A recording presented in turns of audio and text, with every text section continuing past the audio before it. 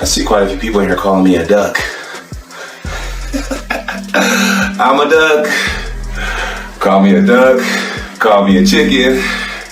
Call me a goat. Call me a dog. I'm not in high school anymore, guys.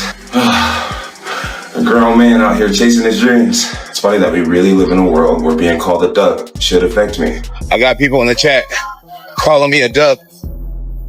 Meanwhile, I'm living my absolute best life. I don't know if it's considered duck when you're living good. I don't think it works. Through recent interviews and some understated remarks online, Jon has shown that he isn't particularly impressed. Being completely honest, I feel like Tom's been such an asshole that I don't want to do business with him. You know, it's just like his fans have been so annoying. And obviously you don't get this far in a career being affected by fans or whatnot. But he's just an asshole, you know, with his, you know, he's 30. So he's from this influencer generation where you hop online and the t-shirt sales and all that. I'm past that type of stuff. I'm like, bro, if you had a little bit more respect, then maybe we could have worked something out, you know, but I just don't even want to do business with him. You know, at the end of the day, this is a business, and fighting me gives him an opportunity to change his life forever. And I don't even want to give him the opportunity. Like he just played his cards wrong with me personally. And you know, I'm 3 years from being a 40-year-old grown man. You know what I'm saying? It's just like, the press conference, going through the whole shebang with him, I'd rather not do. Pajeda on the other side, respectful, cool, barely says much. It's like, I'll do business with you. I would risk it all with a human being like you. You actually have the accolades to back up your shit. This other guy is just a big mouth who's hot today. There's been so many guys who's hot today who are just gone.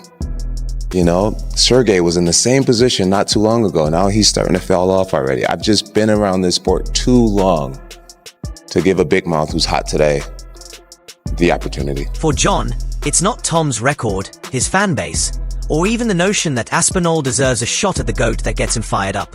From his perspective, this isn't the matchup that excites him. It's not the name that motivates him to jump out of bed in the morning. I don't want to fight dangerous up-and-comers anymore. I want to fight dangerous, established champions. So Tom can have the heavyweight championship. I don't really care about it. That my value doesn't lie in belts anymore. I've created something much bigger.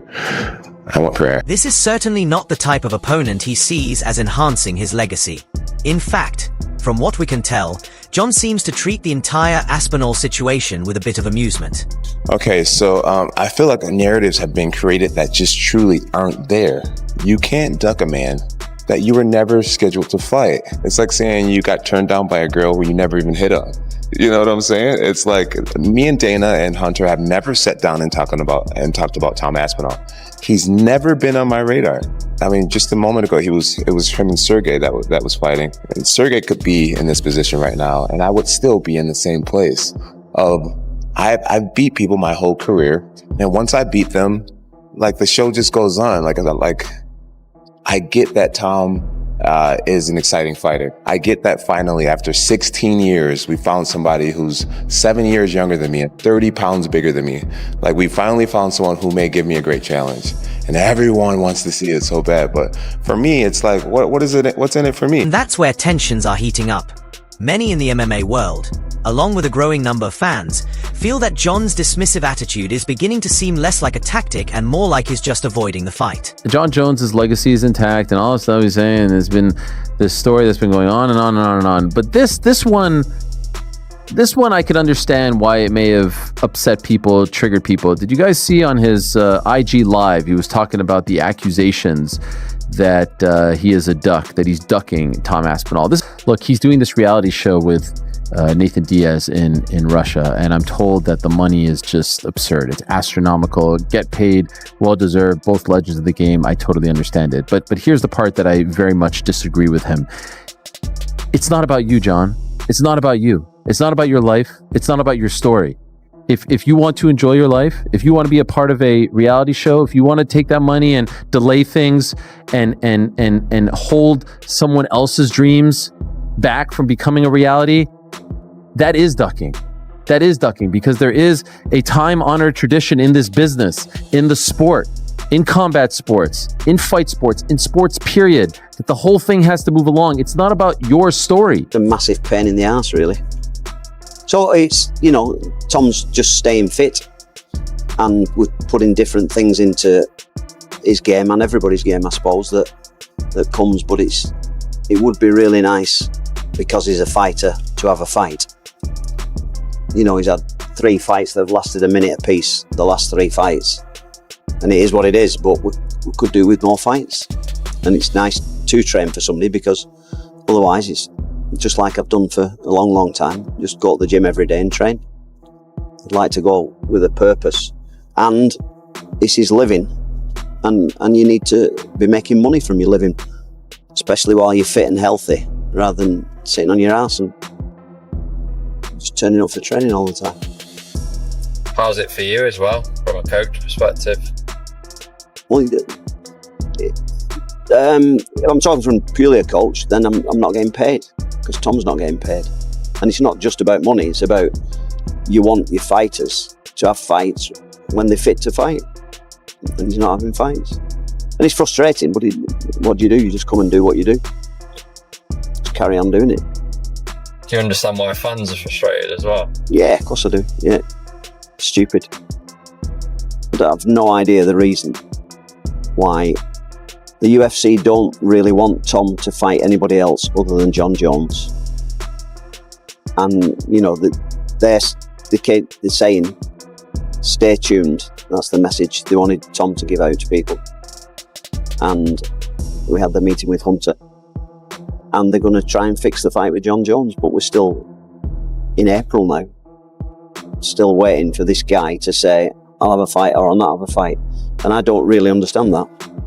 He's a fighter who should be having fights. Why is he just still sat around not giving an answer as to whether he's going to fight or not?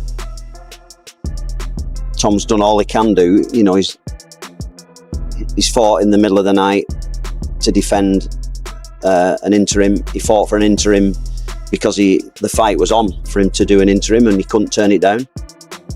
And he won that. What else can he do? He can fight lesser people than Jon Jones, lesser ranked people than Jon Jones, but that means that he may miss the opportunity to fight Jon Jones, which is a massive opportunity. From Jon's perspective, it's a different story. In his mind, he's accomplished it all. Dominated an entire division, defeated former champions, defended his belt more than anyone, and then stepped up to heavyweight to claim gold once again. Is very different. Jon is what I would describe is, there's human beings that have different temperament and different minds and different mentality and a ruthless competitive drive that's almost terrifying to the ordinary person.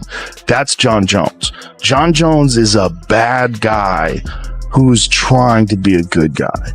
Right. But that guy, if we were living 1,000 years ago, he would be on a horse with the biggest battle axe, waiting in the back, hacking heads off, and everybody would be running.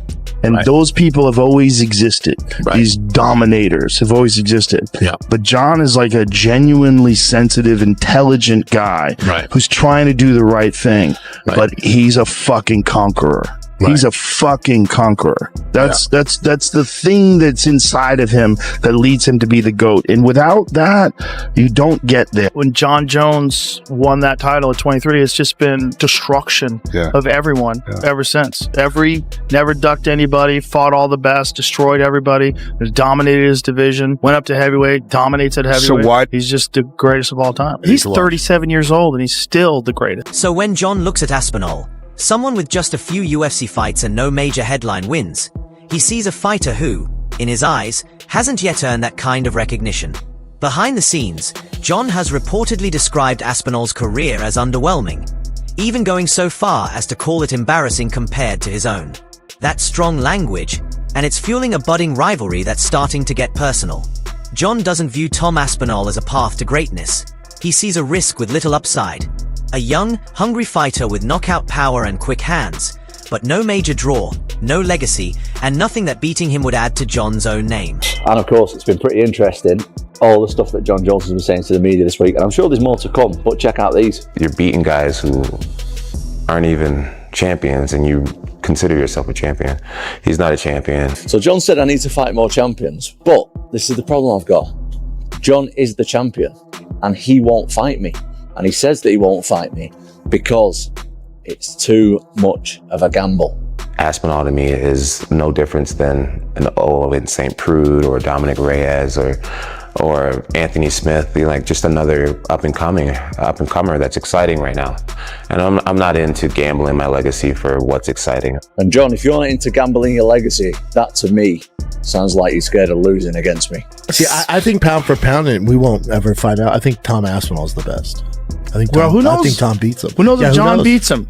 Jon might beat him up. Yeah, he could. Jon might take him down and fucking ragdoll him on the ground, like, you know. Jon easily could. Because we don't know how good Jon is either. And we also don't know what happens to Tom Aspinall in the 3rd, 4th, and 5th rounds. He's we have zero because no one's gotten there. No one's even gotten close. There's so many question marks. Like, we don't know how good Jon is. Right. You can't tell me Jon's the best of all time, or he is the best GOAT, but you can't tell me he's the baddest heavyweight on the planet after being an older Stipe. That's not going to do it for me. Right.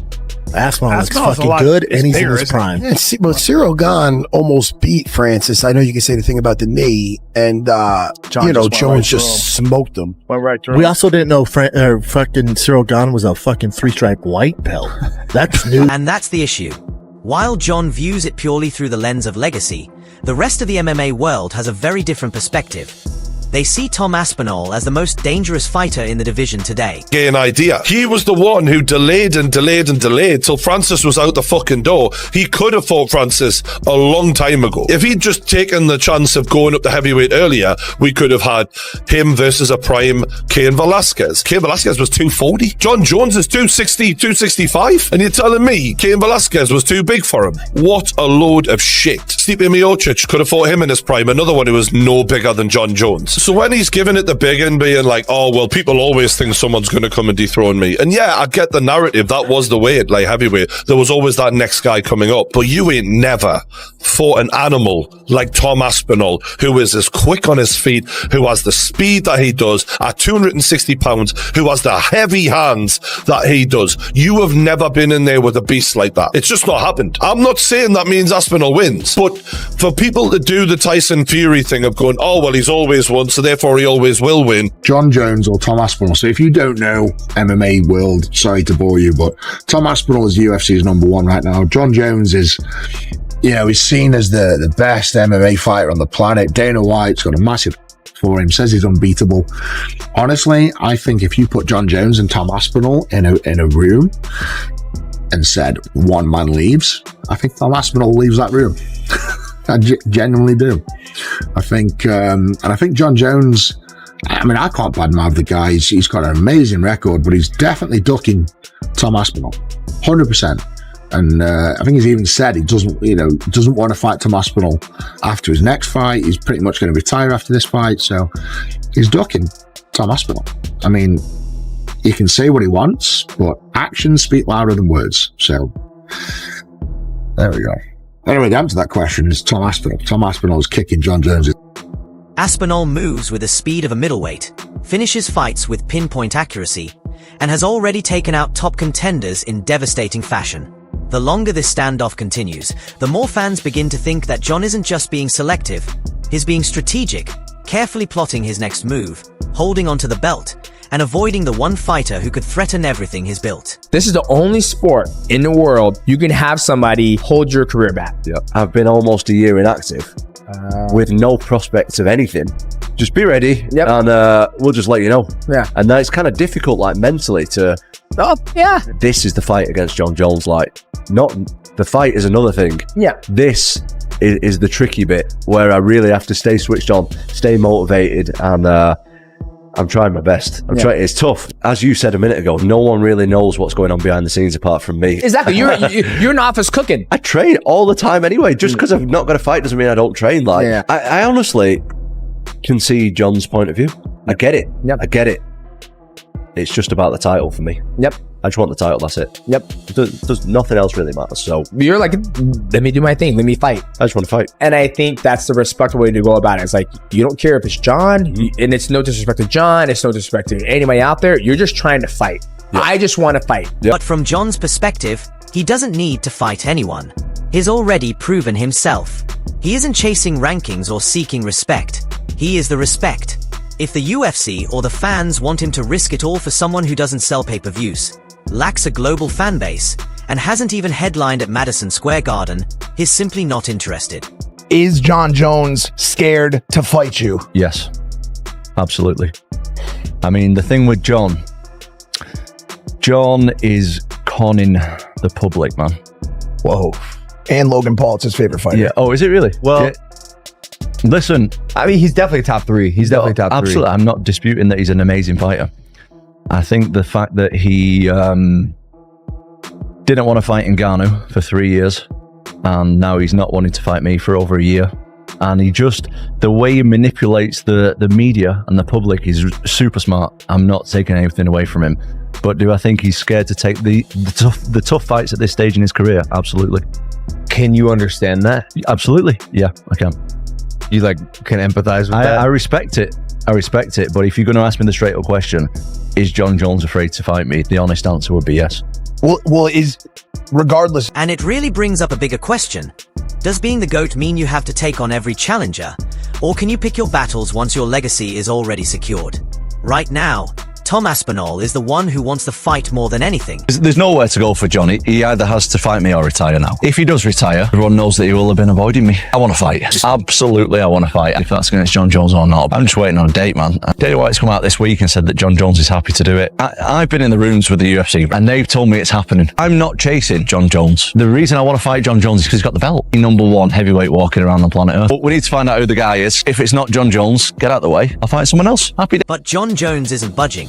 And unless something changes, this could end up being the biggest heavyweight fight the UFC never staged.